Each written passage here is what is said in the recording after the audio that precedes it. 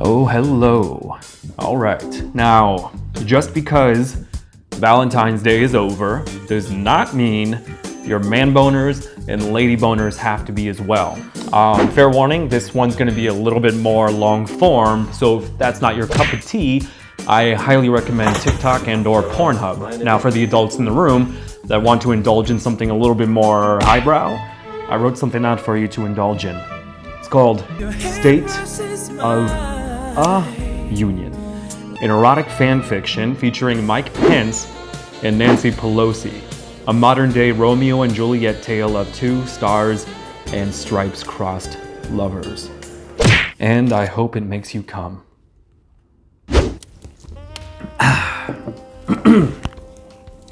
It was just past midnight as the moon basked the dome of the Capitol Hill in a calm purple hue, in what almost seemed like a cosmic resentment for the high tensions that took place in the Senate chamber merely hours prior. Nancy Pelosi's right hand slightly trembled as she poured another scotch from the crystal decanter into one glass and then moved to a lukewarm bottle of O'Doul's to pour into the second. "On the rocks or straight, Michael?" she inquisitively uttered with loving disdain. "I told you, call me Mike. I feel like I've earned that much. And you know what, Nance? I like it straight," the vice president said as he slouched back on the early 20th century Davenport. He loosened his tie and unbuttoned his blazer, looking down to make sure his American flag pin was also straight.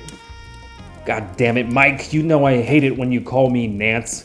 It feels so fucking juvenile, like I'm some sort of goddamn school teacher. It's highly unattractive." "You started it," Mike chuckled. Nancy walked over and handed the glass to Mike, and as she turned to sit across from him, his free hand grabbed hers, and the ice in her glass jostled into a silence, as if time itself had stopped and is only observing them two.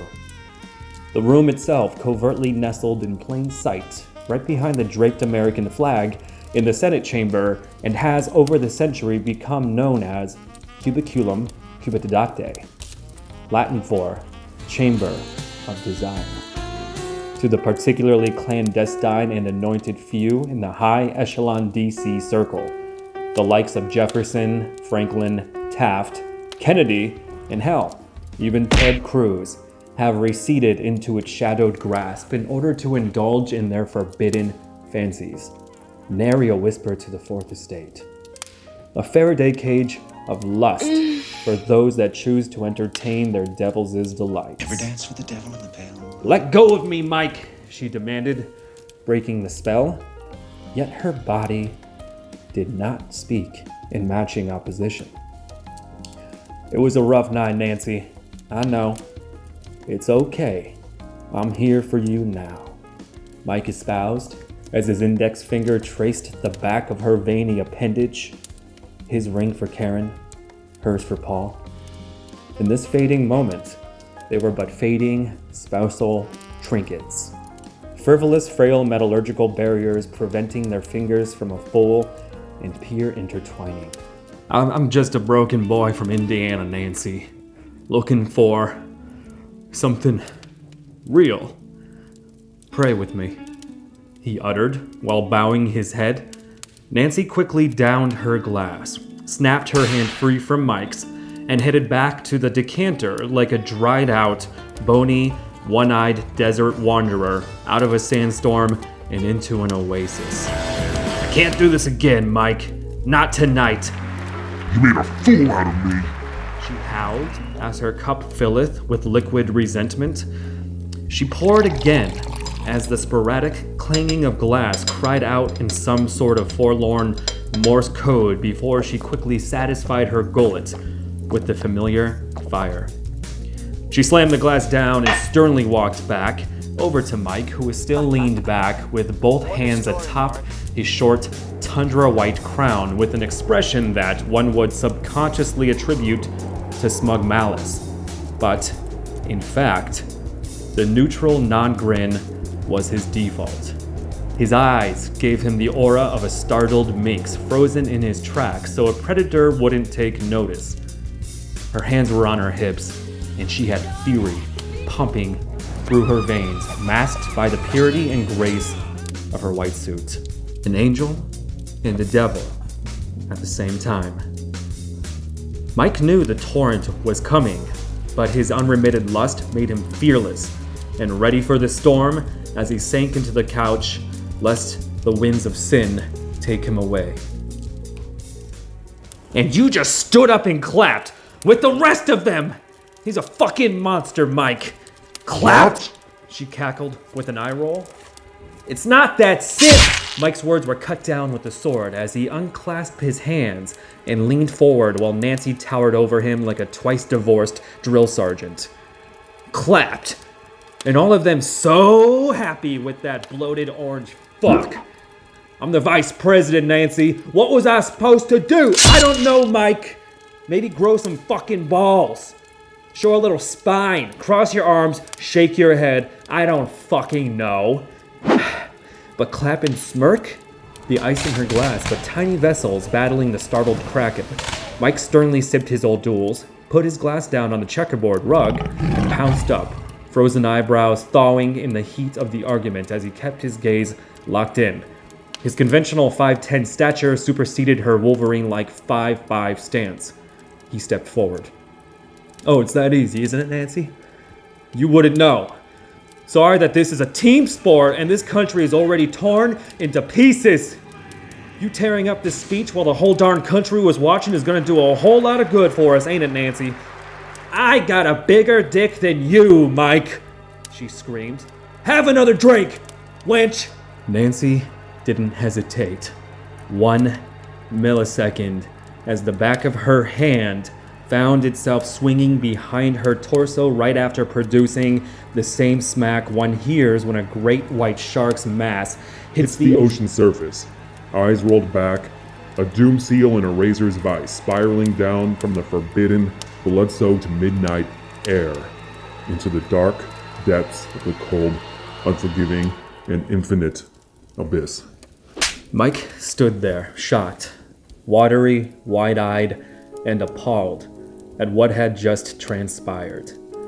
Nancy's jawline began to jostle and jitter in a horizontal fashion like a drunk broken record as she transfixed on him, sinking back down into the Davenport, weeping, his face covered by his 2 hands in a blanket of remorse. That's me in the corner. What are you gonna do now? Go tell mother?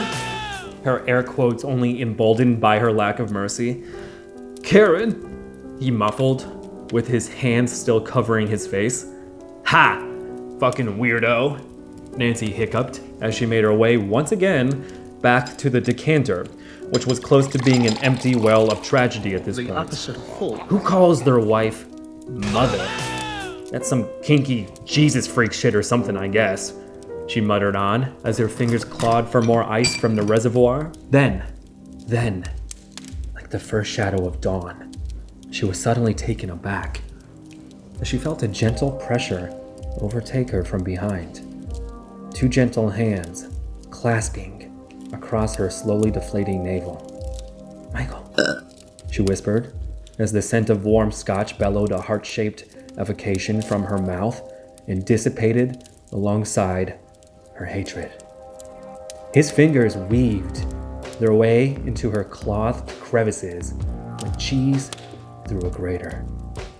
Punish me, Ness, he whispered back, for I have sinned. She felt his warm breath on her neck as his hand slivered up to brush back her disheveled she-mane. She quivered. I told you, don't call me Nance. And before she could recede back into a fiery rage, Mike smothered her embers, his fingertips lightly gripping her wrinkly, floppy jowl. A fleshy, jello bowl of delight as he turned her face towards his. Their mouths collided, and their tongues quickly began to spar like 2 Japanese fighting fish. Stop. Is that blood? Nancy turned, puckered her lips, deduced the metallic taste, and then squinted in delight. She moaned as her fingertip reached up to collect more from his swollen lip. You hurt me, Nancy, he said softly. Nancy unleashed her saliva serpent once more and slurped the blood from her finger like a lustful vampiress finding a sword after fresh battle. Both of their heads raised as Mike proceeded to lick his own thumb and put it to her bottom lip to clean the smeared ruby lipstick off her chin. I want you to rip me apart, like you did to that speech tonight. Rip me to pieces, Nancy, he commanded at a point of no return.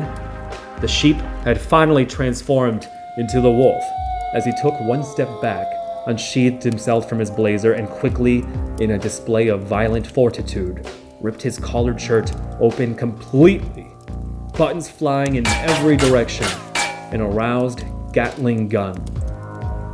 Nancy began to reciprocate like a prowling, aged panther. As she began to advance, she admired his physique and bit her lip. A hairless, pale, rippling torso with a giant tattooed Christian cross, strewn from the sternum across a six-pack valley of darkness down unto his holy grail. His nipples were surprisingly darker than she remembered, and it made her want his forbidden fruit all the more. The shirt seemed to have magically floated away from his strewn-out arms, sleeves like released white doves, biceps pulsating to a song of momentous fervor. He began to loosen his belt and released a primal, animalistic growl, as Nancy knew she had him ensnared in her trap. He, without breaking eye contact, pushed the Davenport back for a fully exposed rug upon which he gently lay sideways and bare, except for his whitey-tidies. His erection at full attention, hooded in a white, cotton-lated mask embedded with a red and orange hue from the raging fireplace only feet away. He gave a sly wink as Nancy took a few more steps forward, unbuttoning her white, overlapping suit piece in a shamanic rhythm. And after it fell into oblivion, like Sonic the Hedgehog losing all of his rings, he let out a small moan in response to her evolving, approaching silhouette. He painfully refused to touch himself as the shape of two ice cream scoops atop a middle of July summertime cone came to melt all over him. Her drooping bosom flopping amok like two wet socks in a hurricane. Her robust hips gyrating as her knees followed suit in a sensuous and spasmodic osteoporosis oscillation. Mike began to howl, and the fire crackled and popped violently in approval. Nancy licked her lips and began to move in for a kill, whilst being cautious about the descent. Hand to knee to ground, a pro, scuttling closer and closer, inch by inch, as Mike continued howling incessantly, hands gripping the rug like it was the only thing keeping him from true madness. Sweat beading and trickling down his forehead and onto his beating chest, glistening rivers of night. Then Nancy clicked and clacked her dentures as a prelude to ecstasy. Full eye contact. A mating call before we became one. Blue and red becoming a majestic purple. Fair Verona, no longer under the oppressive turmoil of House Capulet and Montague at this very moment. Mike grasped for air and closed his eyes in unrestrained exaltation. His legs quivered and his hands gripped the rug again until it felt like he was holding Earth's core itself. She extended her quivering hand toward his, and like an abused dog not wanting any strange affection, he let out a hellish yelp. Nancy recoiled in fearful delight, almost expecting what was next. "Don't touch me!" Mike frothed. Then it sounded like he was whispering Latin to himself while groaning and still fully erect. "Do you want me to say it?" Nancy sipholy conceded, her nipples no longer hardened by the prospect of Pence penetration. Mike was still dry-heaving, his half-eyed desperation still reflected in the fire. He looked at her, red-faced, veins about to burst, paused, and then screamed out, "Say it, Nancy!" Members of Congress I have the high privilege and distinct honor of presenting to you the President of the United States, Mike Pence. Poured out of Nancy's mouth like deep-fried molasses, and it became the catalyst for Mike's immediate bodily short circuit. It was like witnessing the saddest short-lived version of Mount Vesuvius at a science fair, as Mike let out noises that could only be compared to the groans of a birthing goat mixed with Street Fighter II sound effects. Nancy stared at Mike for what seemed like 25 minutes, as he sat in whispered prayer right after the tumultuous endeavor, not even bothering to change underwear. She slowly groaned and got up as her knees cracked and went over to get dressed. "Hey," Mike said as his head perked back from lying straight on his back. "Thank you." Nancy shook her head as she buttoned her suit. "Fuck you, Michael." She went over to the keypad to enter the exit code, but felt her phone vibrate in her left pocket. Mike began to finally get up and get dressed as she glanced at her text message. "What the fuck, Bernie?" she whispered. Mike straightened his American flag pin, looked over at Nancy, sighed, and stared directly into the fire while thinking, "I'm coming, mother." Nancy entered the code. The door hydraulics let out a hiss, and a little grin crawled across her smeared lipstick when she read what the text said. "You up?" Oh, Nancy was up all right. The moonlight illuminated her drive into destiny and away from pain forevermore. The end. Did you come? Okay, you did? Here's my Venmo.